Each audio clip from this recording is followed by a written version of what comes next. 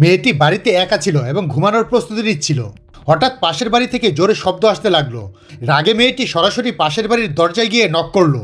যখন সে চিৎকার করে জিজ্ঞেস করতে যাচ্ছিল কেন এমন শব্দ করছে, তখন ওই হঠাৎ দরজা খুলে এক সুদর্শন যুবককে দেখে সে থমকে গেল।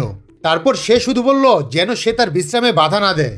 যুবকটি বলল সে দিনে কাজ করে, তাই শুধু রাতেই বাসায় গিটার প্র্যাকটিস করতে পারে এবং এর জন্য আন্তরিকভাবে ক্ষমা চাইল। মেয়েটি চলে যেতে যাচ্ছিল, কিন্তু যুবকটি তাকে থামালো। এরপর সে মেয়েটিকে এক টুকরো কেক দিল। যুবকের আকর্ষণীয় মুখ দেখে মেয়েটি সাথে সাথেই কেকটি গ্রহণ করলো। বাড়িতে ফিরে মেয়েটি সঙ্গে সঙ্গে কেকটি খেতে শুরু করলো। কিছুক্ষণ আগের সেই যুবকের কথা ভাবতে ভাবতে সে আনন্দে আত্মহারা হয়ে গেল। পরের দিন হঠাৎ সেই যুবক মেয়েটির দরজায় নক করলো।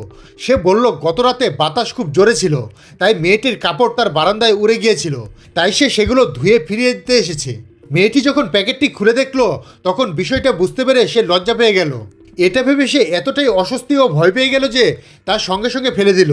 এরপর যখন সে কাজে বের হতে যাচ্ছিল, তখন আবার সেই যুবকের সাথে তার দেখা হলো। মেয়েটিকে ফোনে কাজের কথা বলতে দেখে যুবকটি বুঝতে পারলো মেয়েটি একজন আইনজীবী।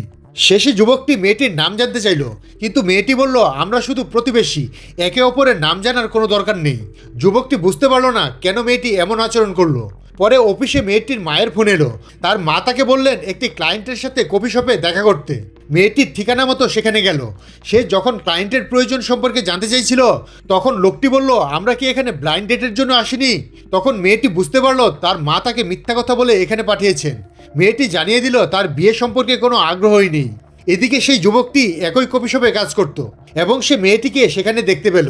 মেয়েটিকে অন্য লোকটির দ্বারা অপমানিত হতে দেখে সে অভিনয় করে মেজে মুছতে লাগলো এবং লোকটিকে এমনভাবে ফাঁদে ফেললো যাতে সে পড়ে যায়। তারপর বলল এখানে একটু আগে মেজে মুছা হয়েছে, সাবধানে চলুন, এবং পাশে থাকা সাইনবোর্ডও দেখিয়ে দিল। এই দৃশ্য দেখে মেয়েটি হাসি থামাতে পারল না। সব শেষে যুবকটি মেয়েটির দিকে তাকিয়ে হাসিমুখে অভিবাদন জানালো।